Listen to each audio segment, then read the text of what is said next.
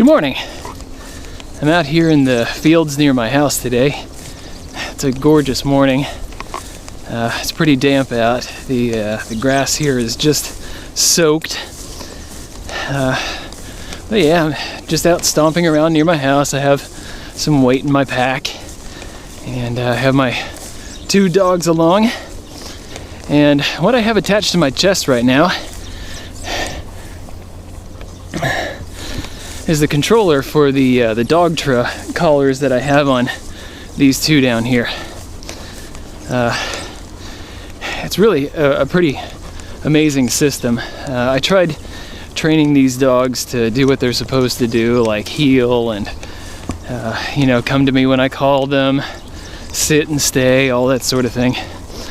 I tried to do that just, I don't know, the old school method, the back to basics method, but these are not exactly the wildest dogs, but they're pretty wild.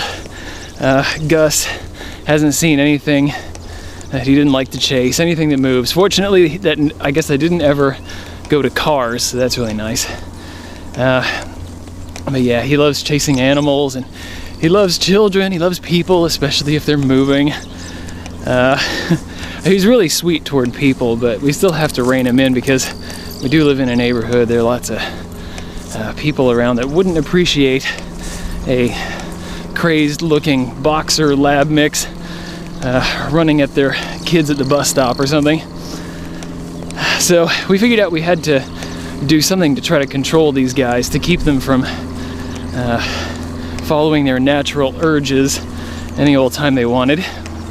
Heel, Gus. There you go, good boy.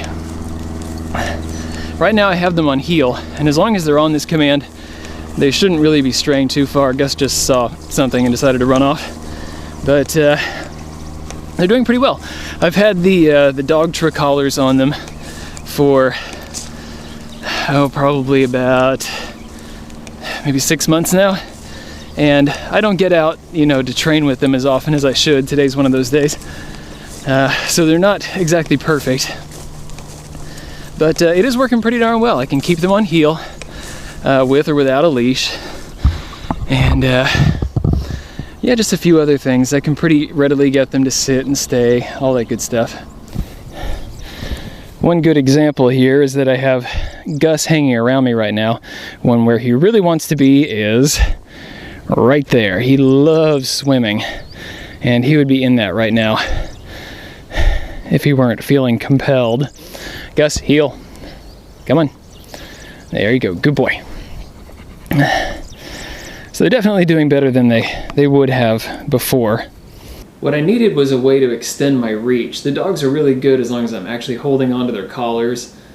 And then they're still pretty good if they're right next to me, and then they're just a little bit less good the further and further they get out. And what I need is a way to be able to control these dogs when they're really far out there.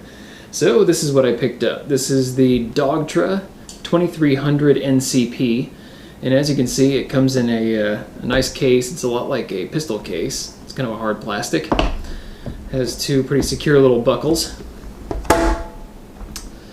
And it comes with a very nice little manual with some excellent imagery in there. It breaks things down pretty well. And next in here, you'll see that I got this particular model, the 2300 NCP, has 2 collars. And everything in here is color-coded, so everything's in orange or black. And you can see here on the handheld remote that all of the main controls are in orange and black. So let's take a look at the handheld remote here. First off, power button, just press and hold to turn it on. Pretty simple. You can change the power of the NIC function using this little twist knob at the top.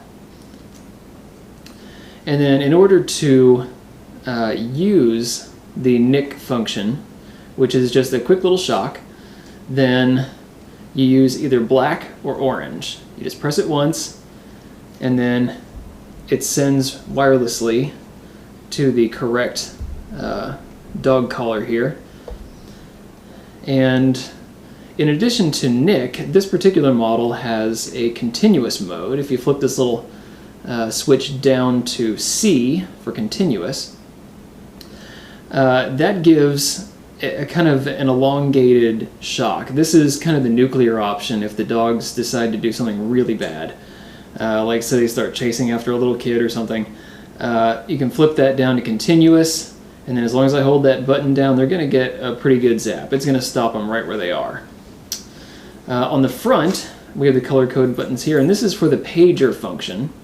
And what this does is, much like with your cell phones or tablets, the little vibrating feature in there, it makes the collar unit actually vibrate on their throat, and they tend to respond to that very well. So if you don't really care for the actual electric nick function, you can use pager, and it seems to be pretty effective, at least on my dogs.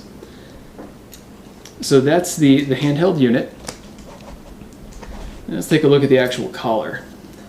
It's pretty simple. It just has two terminals right here, and when this is attached, those just kind of sit against the throat, and this is what provides the little charge to them. And in order to turn these on, it's pretty simple. These two red dots on both of them, you just hold them together, and then you'll see that lit up green. And as long as it's on, everything's running okay, it's going to have a little green light that flashes every so often. It will also flash anytime I use one of these functions. And of course, the whole thing comes with a charger. And this has enough leads to take care of everything in the pack. It will simultaneously charge both of the collars and the handset. So you don't have to try to juggle those things, getting them all charged up. You just plug this one thing into the wall, and then you can charge them all at once. And the batteries in here are quite good. They last a very long time. I believe they're all lithium polymer batteries. They're very lightweight. They last a long time, and I haven't had any trouble with them so far. The last item in the case is this little guy right here. This is pretty much just a little light bulb that's built to attach to the leads, the two terminals on the collar itself. And this will give you a pretty good indication of what happens when one of the nick or continuous functions is used. And right now I have it on continuous, so okay, you can see that it lights up pretty good. That's for a really bad situation. I'm going to flip this up to Nick, and right now I have it on power level 42, and typically, well, I think this one right here goes up to 127 power levels, so we're not really all that high, but there's a quick indicator of what that looks like. And if I were to dial it down, barely get a light. If I really crank this puppy up,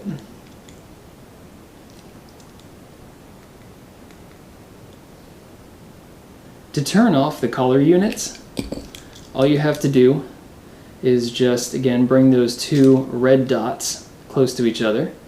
You see the light turned red, no more blinking light, and now this is off. And then to turn the handheld unit off, just press and hold the power button on the side. The collars and handset are very well waterproofed, or at least water resistant to a pretty good depth. These things work very well. Right now, this grass may not look like it, but it is soaking out here. My boots are, my pants are soaked. My boots are holding up really well. I'll have to talk about that later. But yeah, it's just soaking out here. And Gus has actually gone swimming with his, and it's no problem at all. They just keep on ticking. They're also very tough. So when these dogs go digging, like they are right now, they get dirty, but you know, and a little bit scuffed up, but that's about it. They're pretty much bulletproof. They are tough. Gus, here. Daisy, here. One thing that people talk about with these collars is that maybe their dog knows when it has the collar on, so it'll behave one way when it has the collar on, and another when it knows that it's off. And so you might get two different sets of behaviors. In the end, you're not really controlling your dog. So far, I found that to be the case, but not entirely. It's I would say that this works as a conditioning device. It's not a magic bullet. What it does is it seems to get the dogs used to obeying and used to listening to your voice, at least when they have the collar on. And even if it doesn't totally control them when the collar's off, and maybe they don't do exactly what you want, then at least they're putting some thought into it. And with enough conditioning, it seems like they do a much better job. So if I keep at this just every day for weeks and weeks or whatever, that they get better at, even when the collar's off, they do respond. You might think about it like quitting smoking. If you talk to anybody that's a smoker, they're pretty much going to say, yeah, I acknowledge mentally that smoking is bad and I really want to quit. But it still has them by the scruff of the neck. And that's kind of the way that this works. The collar, even when it's off them, and even when they consciously know that it's off them, it still has them a little bit by the scruff of the neck. And with extra conditioning, with more training out here, then that strong pull becomes even stronger. One thing to keep in mind here, especially if you're a little bit squeamish, is that every time one of these buttons gets pressed, a lot of people like to refer to it as just a little alert that you're just kind of letting them know what's up. You're getting their attention, but that's not entirely true. You are delivering a little shock to the throat. And, where it crosses from uncomfortable to pain, who's to say?